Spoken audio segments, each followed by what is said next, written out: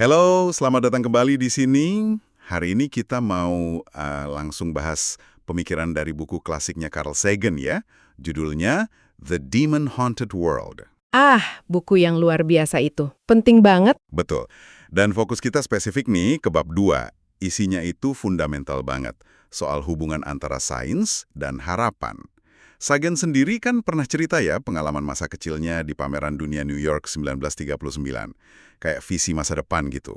Cerah banget, semua serba teknologi tinggi, bisa lihat suara, dengar cahaya. Wah, imajinatif sekali ya kedengarannya waktu itu. Iya, dan itu kayak gambaran awal gitu. Soal harapan yang bisa dibawa oleh sains. Nah, jadi misi kita kali ini, kita coba gali lebih dalam lah ya. Kenapa sih sains itu penting? Dan gimana metodenya itu justru bisa jadi sumber harapan? Apalagi di dunia yang sekarang, wah penuh keraguan, banyak info simpang siur. Oke deh, mari kita mulai bedah sumber-sumber ini. Siap. Ya, Carl Sagan ini kan reputasinya udah nggak diragukan lagi ya. Ya, Bukan cuma sebagai ilmuwan, astronom hebat, tapi juga sebagai komunikator sains yang jago banget menjembatani ke publik awam. betul, bahasanya mudah dicerna ya seringkali. Nah, The Demon Haunted World ini bisa dibilang kayak warisan pemikirannya lah soal pentingnya berpikir kritis, pentingnya pakai metode ilmiah, semacam pembelaan gitu untuk akal sehat kita. Apalagi di tengah maraknya, ya itu tadi, tahayul dan apa yang dia sebut pseudoscience, ilmu semu. Ilmu semu, Mm-mm. maksudnya yang kayak gimana tuh? Ya, klaim-klaim atau keyakinan gitu yang diomongin seolah-olah ilmiah keren gitu kedengerannya. Tapi sebenarnya nggak ngikutin metode ilmiah yang benar, nggak ada pembuktiannya. Oke. Paham. Dan yang bikin buku ini tetap relevan, bahkan sekarang ya di 2025 ini, argumennya soal sains sebagai sumber harapan itu, wah makin terasa penting. Anda nyebut pseudoscience tadi, dan Sagan tuh buka bab 2 ini dengan cerita yang ngena banget. Dia ketemu sama seseorang, dia panggil Mr. Buckley. Oh iya, cerita itu. Cukup ikonik ya. Iya, Mr. Buckley ini digambarin pinter, rasa ingin taunya gede soal alam semesta. Tapi anehnya, pengetahuannya soal sains modern, wah minim banget. Jauh kita. Jadi ada gap ya antara keingintahuan sama pemahamannya? Banget. Malah pikirannya itu dipenuhi sama gagasan-gagasan pseudoscience yang lagi populer waktu itu. Mulai dari cerita alien beku yang katanya disembunyiin pemerintah. Hah, yang itu sering banget ya, teori konspirasi gitu? Iya. Terus ada channeling, katanya bisa ngomong sama roh, ada kristal penyembuh, ramalan Nostradamus, astrologi, sampai keaslian kain kafan Turin juga dibahas. Pokoknya campur aduk. Nah ini persis banget nangkep dilema yang disorot Sagan. Kita itu kan secara alami haus ya, pengen ngerti keajaiban alam semesta ini, pengen tahu. Iya, naluriah lah ya. Tapi ya kayak kasusnya Mr. Buckley itu, seringkali sistem pendidikan kita atau mungkin media juga gagal nyajiin keajaiban sains yang sebenarnya. Sagan bilang ini kegagalan dalam menyampaikan substansi sains. Jadi yang nyampe cuma kulitnya aja. Jadi yang tersisa cuma, Kepura-puraan dan kebingungan juga katanya. Jadi orang nggak dapet inti sainsnya. Akibatnya ya gitu penemuan sains yang asli, yang sebenarnya jauh lebih keren, lebih menakjubkan. Kayak misalnya ditemukannya blok bangunan kehidupan di awan antar bintang. Atau jejak kaki nenek moyang kita jutaan tahun lalu. wah itu kan luar biasa ya. Luar biasa. Tapi hal-hal kayak gitu malah nggak nyampe ke telinga orang-orang kayak Mr. Buckley. Sayang banget kan? Iya, sayang banget. Dan kekosongan pengetahuan itu, seperti yang Anda bilang tadi, akhirnya diisi sama pseudoscience ya. Tepat. Ruang kosong itu rentan diisi sama yang gampang-gampang aja. Sagan kasih contoh lain juga kan, kayak mitos Atlantis. Ya Atlantis selalu menarik itu. Atau obsesi sama kekuakan kristal penyembuh itu. Padahal, Ironisnya, sains beneran justru nemuin kalau inti bumi kita ini kemungkinan besar ya kristal besi raksasa. Jauh lebih keren kan? betul, itu dia. Sains asli seringkali lebih aneh dan indah dari fiksi atau pseudoscience. Nah, di sini nih polanya kelihatan menarik. Pseudoscience itu kayak nawarin jalan pintas, ya nggak sih?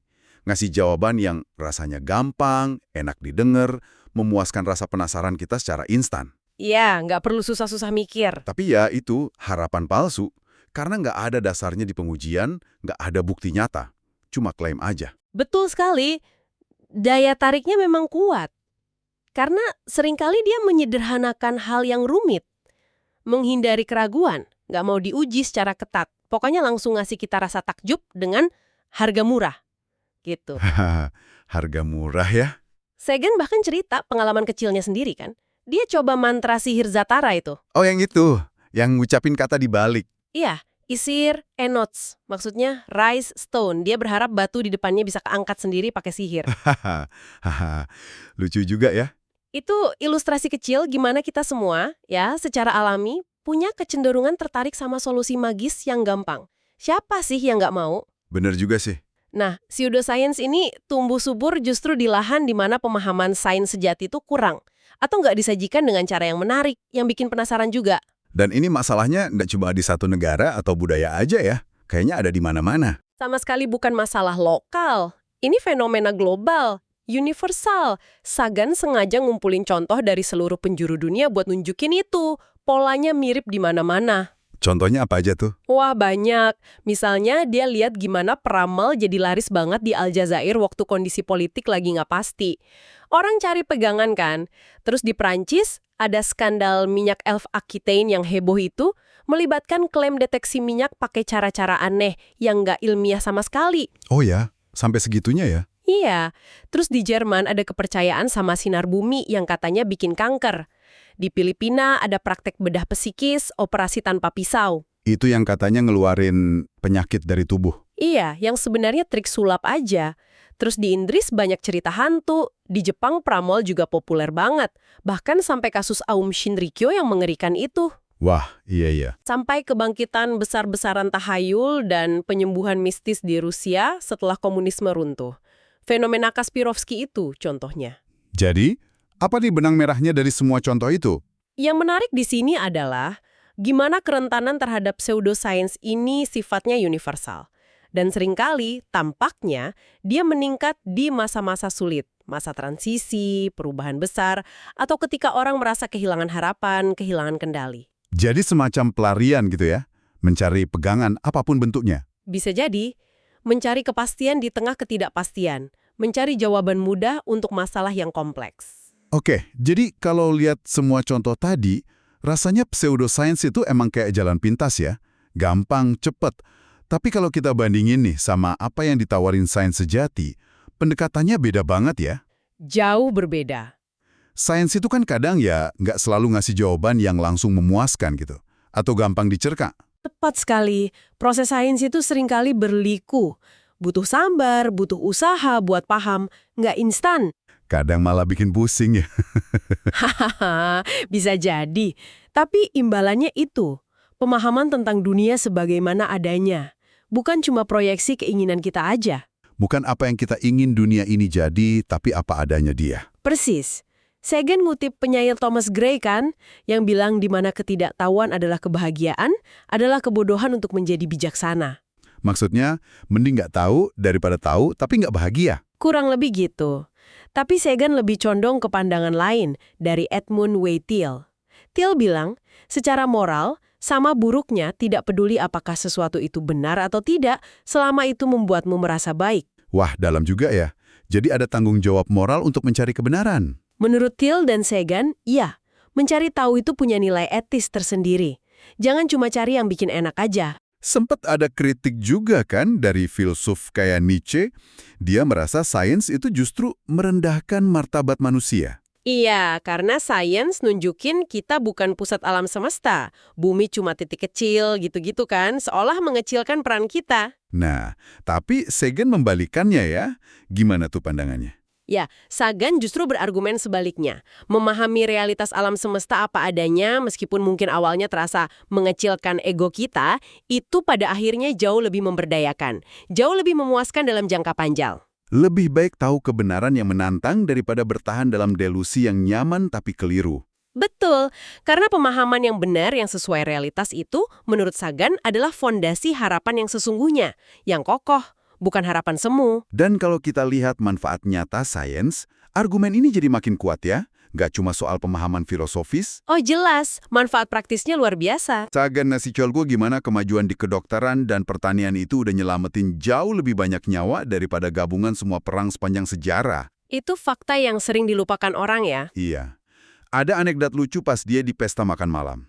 Dia nanya, siapa aja di ruangan itu yang rasa hidupnya pernah diselamatin sama kemajuan medis modern. Terus gimana? Hanya satu tangan yang terangkat, tulis Sagan. Bukan tangan saya. Artinya, banyak banget yang hidupnya terbantu sains, tapi kita sering anggap remeh aja. Udah biasa. Take it for granted ya? Betul.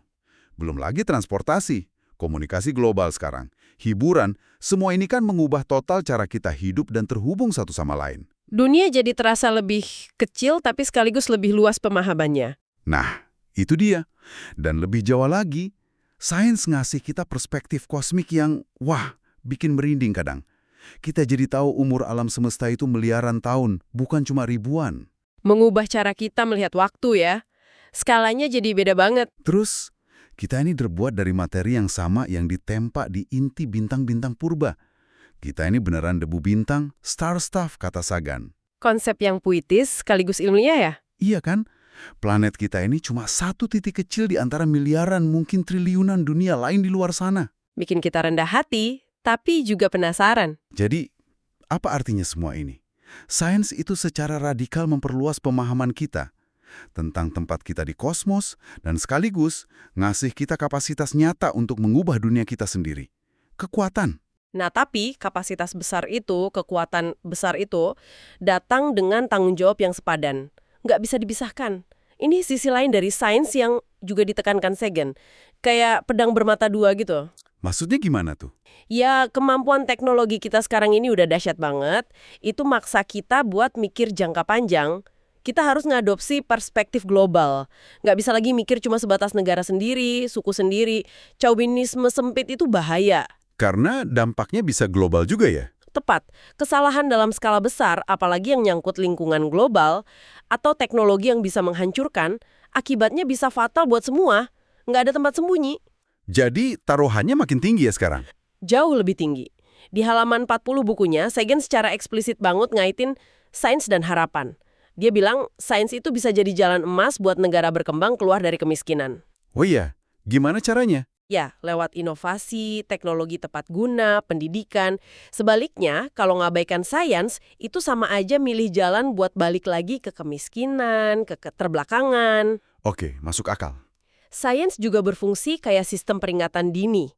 Ngasih tahu kita potensi bahaya dari teknologi kita sendiri, terutama soal lingkungan. Pemanasan global, lubang ozon, itu kan sains yang ngasih tahu. Jadi alarm gitu ya? Betul. Dan yang paling fundamental mungkin, sains itu alat terbaik kita buat jawab pertanyaan-pertanyaan terdalam. Dari mana kita datang? Apa sih hakikat kehidupan ini? Gimana nasib kita sebagai spesies? Nasib planet kita? Bahkan nasib alam semesta ini nanti. Pertanyaan-pertanyaan besar ya? Iya, kalau kita sambungin ke gambaran besarnya, sains itu bukan cuma kumpulan fakta teknis aja, tapi dia nawarin pemahaman mendalam tentang konteks kita di alam semesta ini.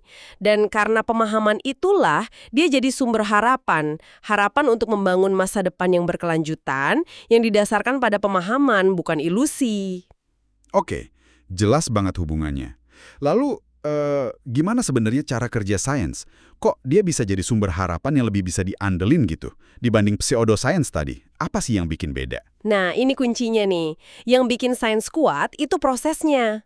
Dia sistematis, dan yang paling penting, dia punya mekanisme buat mengoreksi dirinya sendiri. Mengoreksi diri. Maksudnya? Gini, sains itu biasanya dimulai dengan merumuskan hipotesis. Itu kayak ide awal atau penjelasan sementara gitu. Tapi syaratnya, hipotesis itu harus bisa diuji, harus bisa dites benar apa enggaknya. Oke, harus bisa diuji ya? Terus, ilmuwan cari cara buat nguji hipotesis itu. Idealnya lewat eksperimen yang dirancang hati-hati, kumpulin data. Nah, di komunitas ilmiah itu ada perdebatan, seringkali sengit malah. Tapi perdebatannya sehat, didasarkan pada bukti, pada argumen logis, bukan asal ngotot. Argumen pakai data ya? Iya, dan yang paling krusial, ada kesediaan bahkan keharusan untuk ninggalin ide-ide yang ternyata terbukti salah oleh bukti baru. Nggak peduli seberapa suka kita sama ide itu awalnya. Jadi nggak boleh baper ya kalau idenya salah. Hahaha, idealnya begitu. Keraguan, skeptisisme itu malah dihargai. Dianggap bagian penting dari proses, bukan kelemahan atau ancaman. Beda banget kan sama dogma? Beda banget. Ada anekdot menarik juga dari Sagan soal fisikawan Robert W. Wood. Oh iya, yang soal ide gagal itu ya? Iya. Dia punya ide brilian. Dia teliti literaturnya, rancang eksperimen, kerjain hati-hati banget. Pas dapat hasilnya, ternyata hasilnya nunjukin idenya salah total, nggak berharga. Terus apa yang dia lakuin? Ya dia buang aja ide itu, nggak pakai mikir lama. Terus lanjut ke ide berikutnya, nggak ada drama. Profesional sekali ya. Benjamin Franklin juga pernah ngomongin hal mirip. Dia bilang dia suka bangun sistem-sistem cantik di pikirannya, teori-teori gitu. Tapi dia selalu siap buat ngehancurin sistem itu, begitu nemu satu fakta baru aja yang bertentangan. Wah, itu menunjukkan semacam kerendahan hati ya, di hadapan fakta, di hadapan alam. Kayaknya gitu ya. Sains itu pada dasarnya rendah hati di depan alam semesta. Tujuannya kan bukan maksain keinginan kita atau keyakinan kita ke alam. Bukan mendikte alam ya. Bukan. Tapi justru dengan sabar, dengan rendah hati, bertanya ke alam. Lewat observasi, lewat eksperimen. Terus ya terima aja jawabannya, apapun itu, sesuai bukti aja. Dan dalam komunitas ilmiah yang sehat, kritik itu penting banget. Kritik yang membangun, yang basisnya bukti, itu dianggap bantuan, bukan serangan pribadi. Biar makin bagus ya hasilnya. Tepat. Ada semacam etos internal yang kuat di sains. Salah satu perintah besarnya itu, jangan percaya argumen hanya karena datang dari otoritas. Nggak peduli sehebat apapun orangnya. Oh, jadi nggak mandang siapa yang ngomong ya? Yang penting apa yang diomongin dan apa buktinya. Setiap klaim dari siapapun harus bisa dipertanggungjawabkan dengan bukti. Harus bisa diuji ulang oleh orang lain. Oke. Nah, mekanisme koreksi diri ini nih yang kayaknya jadi pembeda utama ya. Sains itu terus bergerak maju, terus memperbaiki pemahamannya sendiri. Betul sekali. Itu kekuatan terbesarnya sebagai sumber pengetahuan yang bisa diandalkan. Contoh klasiknya ya, fisika Newton. Yang soal gravitasi itu ya? Iya, teorinya itu revolusioner pada masanya. Akurat banget buat sebagian besar fenomena sehari-hari yang kita alami. Benda jatuh, planet muter. Tapi kemudian, observasi yang lebih teliti, terutama di kondisi ekstrim, nunjukin ada batasnya teori Newton ini. Kondisi ekstrim gimana maksudnya? Misalnya pada kecepatan yang sangat tinggi, mendekati kecepatan cahaya. Atau di medan gravitasi yang kuat banget, kayak dekat lubang hitam. Di situ teori Newton mulai nggak pas. Lalu? Lalu datang Einstein, dengan teori relativitas khusus dan umumnya. Teorinya Einstein ini nggak serta-merta bilang Newton salah total, terus dibuang gitu aja, bukan. Jadi gimana? Teori Einstein itu nunjukin di mana batas-batas teori Newton berlaku, dan dia ngasih gambaran yang lebih luas, lebih komprehensif, lebih akurat, yang cocok sama observasi baru di kondisi-kondisi ekstrim tadi. Jadi bukan berarti Newton salah total ya waktu itu, tapi pemahamannya disempurnakan, diperluas lagi gitu ya cakupannya. Persis. Itu contoh bagus gimana sains bekerja, pengetahuan lama nggak dibuang, tapi dibangun di atasnya, diperbaiki, diperluas.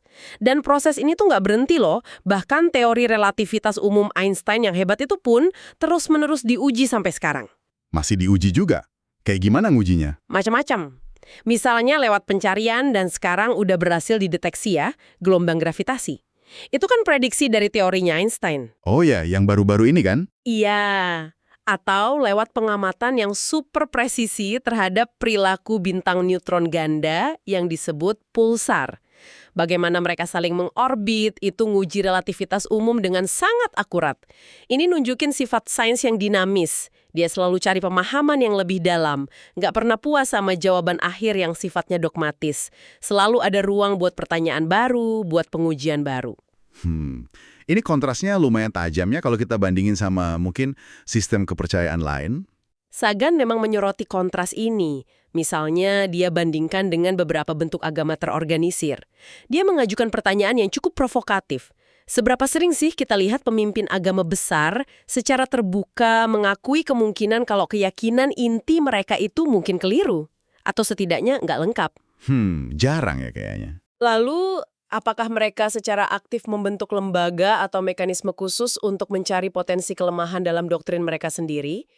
Siapa yang secara sistematis nguji ajaran-ajaran tradisional yang udah berabad-abad umurnya terhadap temuan-temuan dunia modern? Pertanyaan yang menarik. Iya, ini bukan maksudnya untuk menyerang keyakinan tertentu ya, tapi lebih ke menyoroti perbedaan dalam hal metodologi. Cara pendekatannya beda. Fokusnya di prosesnya ya. Betul.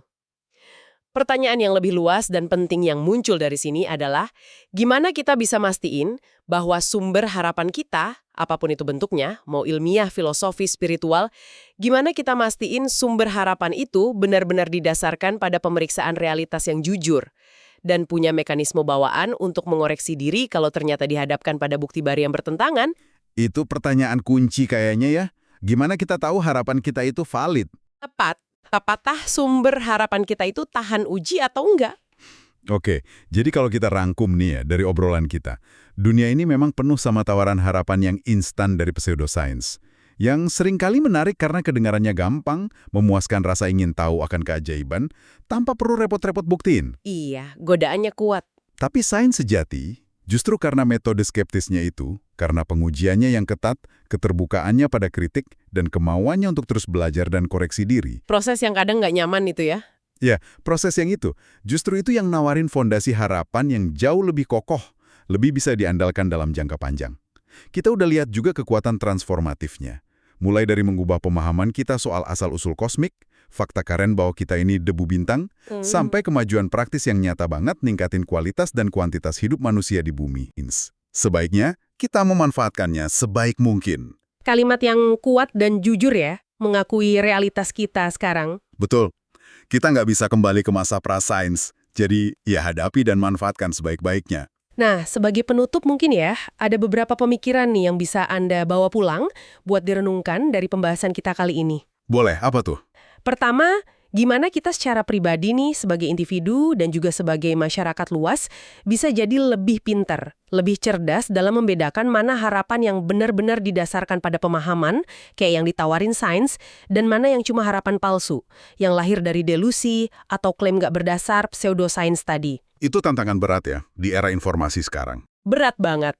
Kedua, menyadari kekuatan sains yang luar biasa ini yang bisa dipakai buat membangun, tapi juga bisa buat menghancurkan. Gimana kita bisa mastiin penggunaannya di masa depan itu dilakukan dengan bijaksana, dengan penuh tanggung jawab? Itu pertanyaan soal etika dan kebijakan ya? Betul, ini tantangan buat kita semua untuk menyeimbangkan antara skeptisisme yang sehat yang penting buat ngelindungin diri dari kekeliruan, dari dibohongi, tapi di sisi lain juga tetap punya keterbukaan pikiran, terbuka sama kemungkinan penemuan-penemuan baru yang mungkin sekarang kedengarannya aneh banget, nggak masuk akal. Tapi bisa jadi akan diungkap oleh sains di masa depan ya? Bisa jadi, siapa tahu. Jadi intinya gimana kita numbulin kebijaksanaan kolektif, visi jangka panjang, untuk bisa mengarahkan kekuatan dahsyat sains ini demi kebaikan umat manusia bersama, dan juga demi kelestarian planet tempat kita tinggal ini. Wah, pertanyaan-pertanyaan reflektif yang penting banget itu buat kita semua pikirkan. Benar-benar jadi bahan renungan. Oke, terima kasih banyak sudah menyimak pembahasan mendalam kita kali ini ya. Semoga ada manfaatnya. Sampai jumpa lagi di kesempatan berikutnya.